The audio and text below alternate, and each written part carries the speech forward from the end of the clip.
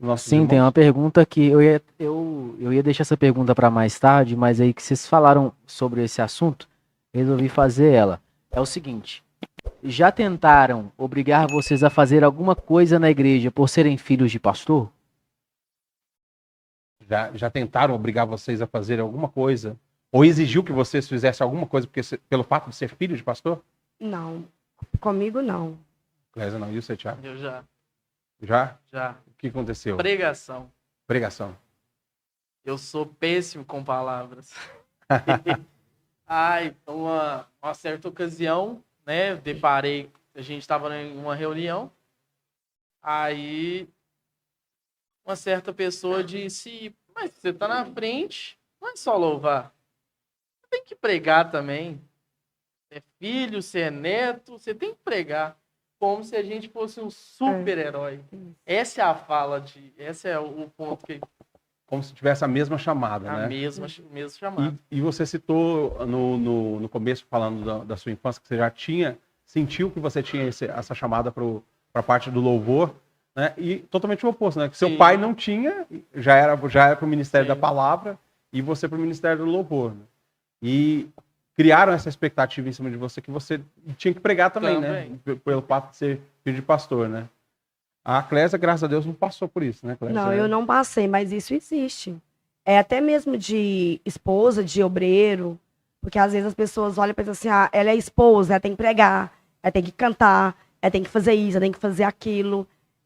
Eu até ministrei, segunda-feira passada, eu falei sobre Sara.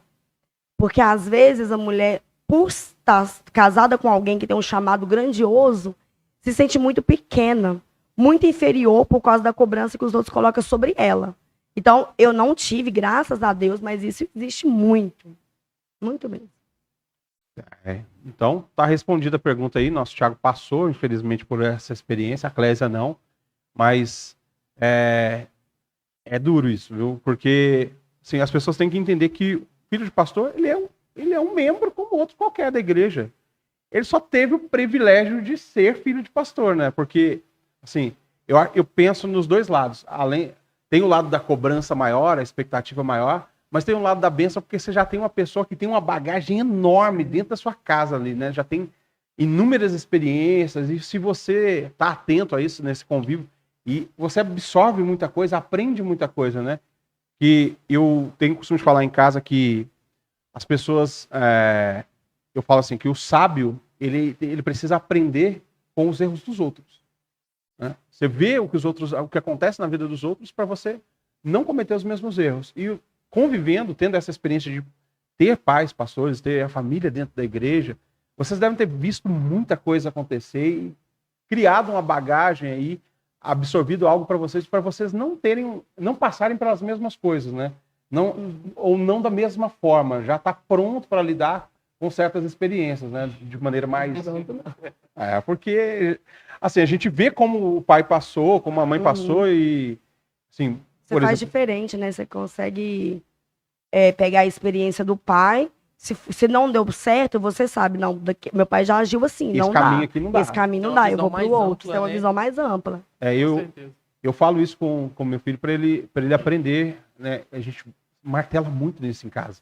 Para os nossos filhos aprender com os nossos erros, para que a gente já seguiu, já tomou decisão, cometeu vários erros, falhou, cometeu acertos, erros, mas a gente aprendeu para que eles aprendam com os nossos erros, com as nossas falhas, para não cometer os mesmos erros. E os pais de vocês já falaram para vocês, sentaram assim, olha, se vocês tiverem, se Deus chamar vocês para esse trabalho, para serem dirigentes, olha, observa a experiência, olha o que a gente está vivendo, o que a gente está passando, e para que vocês aprendam e não sigam por esse caminho, ou se Deus chamar vocês, vá mesmo, põe a mão no arado, arregaça as mangas, vai orar, mas se prepara que o fardo é pesado. Vocês tiveram já esse tipo de conversa, já? Sim, mas o meu pai, meu pai nunca passou como um peso. Eu até a minha adolescência, até meus 20 anos, eu achei muito pesado ser filho de pastor. Depois dos meus 20, aí eu já vi diferente. Depois que você entende o chamado, eu comecei a olhar como um privilégio. Só que o meu pai, ele nunca deixou transparecer. Eu sabia que era pesado. Eu não era bobo, eu percebia. Mas o meu pai nunca deixou transparecer. Inclusive, a gente teve uma experiência uma vez. Meu pai, ele estava trabalhando de pedreiro também, e ele caiu e quebrou o joelho. Então, meu pai teve que fazer uma cirurgia, teve que colocar platina no joelho, meu pai tem uma platina no joelho. E na época, eu fiquei muito revoltada, porque, tipo assim, eu tinha uns 16 anos, e eu fiquei esperando, eu nem sei se eu podia falar isso aqui, né, mas já Bom. comecei. Ah, pode falar. Eu fiquei esperando o presidente ligar, para saber como é que meu pai estava. E ele não ligou. Aí os outros obreiros entraram em contato, o secretário, mas eu fiquei com essa falha. Eu fiquei revoltada, mas o presidente nem para ligar. Tipo assim, na hora de mandar para essa distância, ele manda, né? E depois não dá assistência. Na minha cabeça, eu fiquei revoltada. Meu pai me sentou e ficou bravo demais comigo. Falou assim, minha filha, não fala sobre isso. Não toca.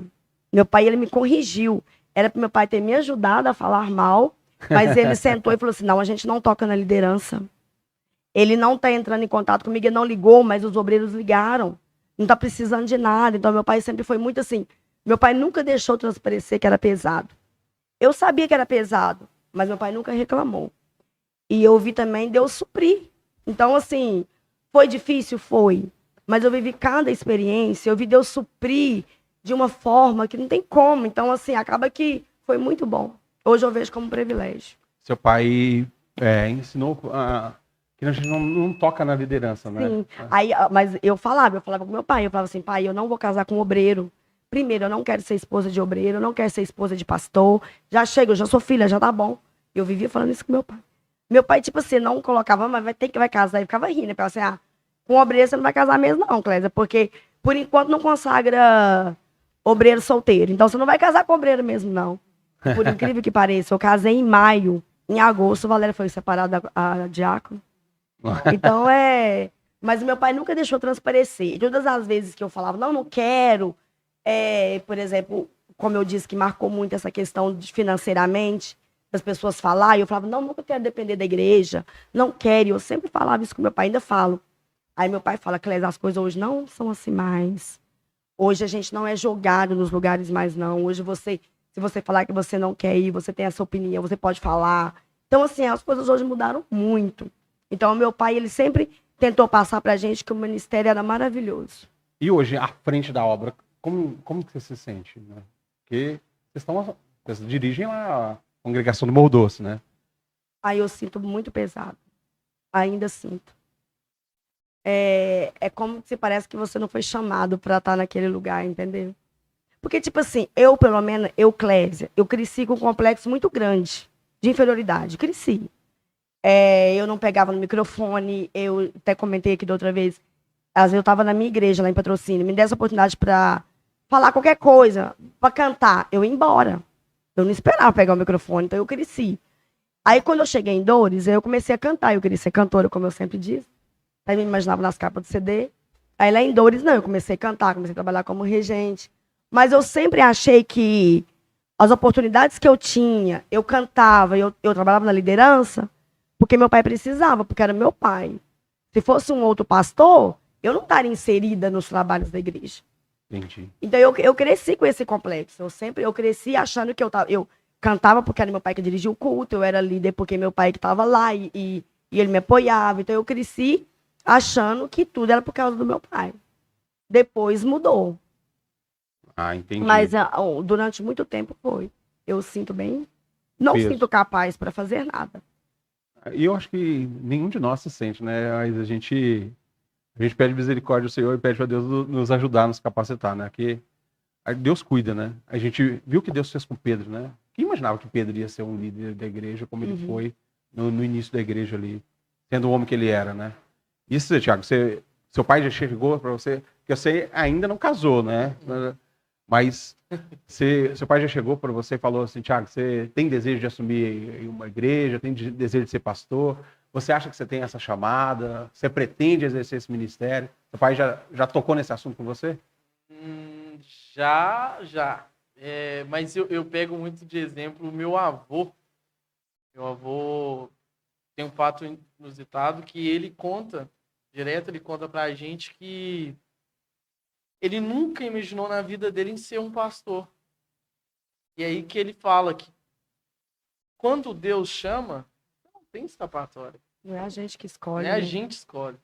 Ali já tá realmente, eu ia até comentar nas primeiras falas nossas, a gente já vê que esse padrão de fábrica já. Não é, já. Predestinado. né? Predestinado. Digamos assim, né?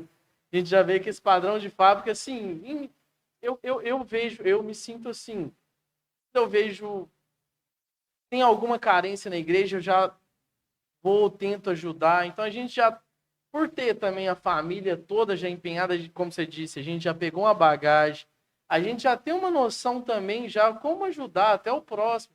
Igual, no meu caso, sou líder de jovens, então tenho uma visão boa já passei por algumas coisas, não tão velho, mas creio que ainda vai acontecer mais coisas. A gente já tem uma bagagemzinha pouca também, mas já dá para Você tem esse desejo de Ai, de Thiago. estar à frente ser líder numa igreja, ser dirigente de uma congregação?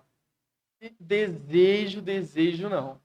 Ser sincero com você. Mas se for o chamado de Deus, não recuso. Se for realmente chamado de Deus, não recuso.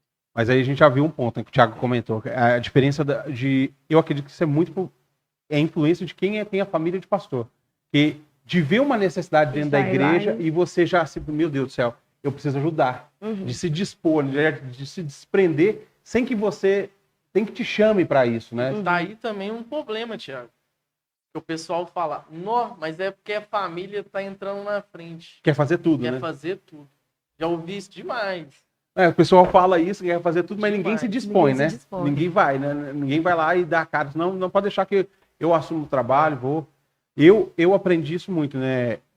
Já sirvo como diácono já tem 18 anos e eu não consigo ver as coisas, uma necessidade na igreja e se eu tiver capacidade para fazer, de colaborar, cooperar de alguma coisa, de alguma forma, não fazer. Eu sinto essa necessidade de mim. Principalmente pelo que eu vejo que o diácono faz, né? Como o obreiro faz. E eu acredito que vocês, na qualidade de família de pastores, né? De obreiros, eu acho que vocês têm essa mesma visão de ser mais presente, mais prestativo, mais predisposto a ajudar em tudo, né? Mas não com peso, mas sim por entender a necessidade, né? Porque as pessoas acham que às vezes a gente quer atenção para nós, a gente quer ser o centro das atenções. Mas não, eu acho que vocês entendem que tem uma necessidade e que vocês se dispõem voluntariamente e que sentem prazer nisso, né? Eu acredito pelo que vocês estão falando.